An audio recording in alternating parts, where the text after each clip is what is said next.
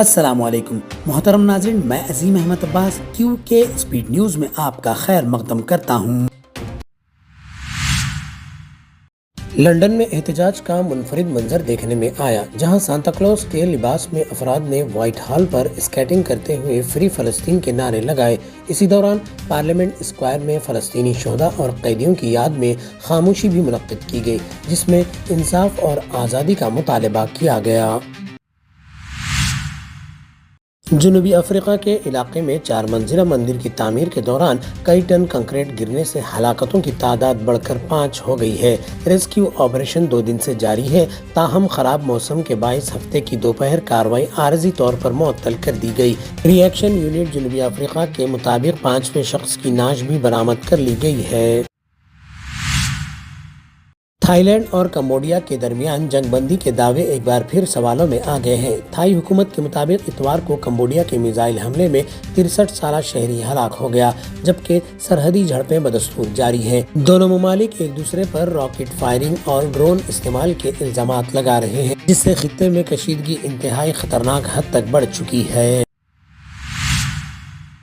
Sudan کے جنوبی کردفان میں اقوام متحدہ کے کیمپ پر ڈرون حملے میں بنگلہ دیش سے تعلق رکھنے والے 6 امن فوجی ہلاک اور 6 شدید زخمی ہو گئے ہیں۔ UNISF کے مطابق حملہ کدوکلی میں کیا گیا، جس کی اقوام متحدہ اور بنگلہ دیش نے سخت مذمت کی ہے۔ جنرل سیکرٹری اینٹونیو نے اسے ممکنہ جنگی جرم قرار دیتے ہوئے ذمہ داروں کو جوابدہ ٹھہرانے کا مطالبہ کیا ہے۔ شام کے وسطی علاقے پالمیرا میں داعش کے مبینہ حملے میں 2 امریکی فوجی اور 1 امریکی مترجم ہلاک ہو گیا، جبکہ 3 امریکی فوجی زخمی ہوئے ہیں۔ پینٹاگون کے مطابق حملہ آور نے گھات لگا کر فائرنگ کی، جس کی بنا پر فوجی موقع پر ہی ہلاک ہو گئے ہیں۔ صدر ڈونلڈ ٹرمپ نے اسے داعش کا حملہ قرار دیتے ہوئے سخت جواب دینے اور بھرپور کارروائی کا اعلان کیا ہے۔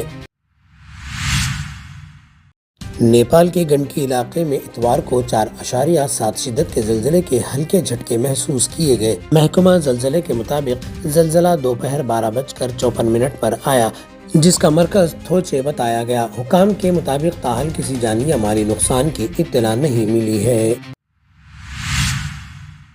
وزیر اعظم نریندر مودی نے آسٹریلیا کے شہر سڈنی کے بونڈی بیچ پر یہودی تہوار کے موقع پر ہوئے دہشت گرد حملے کی سخت الفاظ میں مذمت کی ہے۔ انہوں نے ہلاک افراد کے اہل خانہ سے گہری تعزیت کا اظہار کرتے ہوئے کہا کہ ہندوستان دہشت گردی کے خلاف زیرو ٹالرنس پالیسی پر قائم ہے اور آسٹریلیا کی عوام کے ساتھ کھڑا ہے۔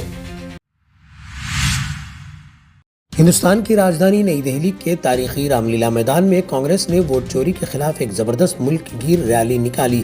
سونیا گاندھی، ملکارجن کھڑگے، راہل گاندھی اور پرینکا گاندھی سمیت پارٹی کے اعلیٰ قیادت نے شرکت کی۔ تمام رہنماؤں نے ووٹ چوری کو جمہوریت کے خلاف سنگین جرم قرار دیتے ہوئے واضح کیا کہ اس کے خلاف جدوجہد جاری رہے گی۔ حیدرآباد کے نہرو زولوجیکل پارک میں جلد ہی 2 مزید زیبرا شامل کیے جا رہے ہیں، جو ونتارا جام نگر سے لائے جائیں گے۔ اس وقت چڑیا گھر میں 3 زیبرا موجود ہیں اور نئی آمد سے ان کی تعداد بڑھ جائے گی۔ اسی کے ساتھ 37 سال بعد نہرو زولوجیکل پارک میں والابی لانے کی بھی تیاری ہے، جس سے زو میں غیر ملکی جانوروں کی رونق مزید بڑھ جائے گی۔ تلنگانہ اور حیدرآباد میں سردی کی شدید لہر برقرار رہنے کا امکان ہے۔ محکمہ موسمیات کے مطابق کم سے کم درجہ حرارت معمول سے 2 سے 3 ڈگری کم ریکارڈ کیا جا رہا ہے اور یہ صورتحال 16 دسمبر تک جاری رہے گی، جبکہ ماہرین موسمیات کا کہنا ہے کہ 21 دسمبر تک شدید سردی سے کسی خاص راحت کی امید نہیں۔ عوام کو مزید سخت سردی کے لیے تیار رہنے کی ہدایت دی گئی ہے۔ آپ دیکھ رہے تھے QK اسپیڈ نیوز۔ اپنے دوست عظیم احمد عباس کو دیجیے اجازت۔ لیٹسٹ اپڈیٹ کے لیے ہمارے چینل کو لائک، شیئر، سبسکرائب کرنا نہ بھولیں۔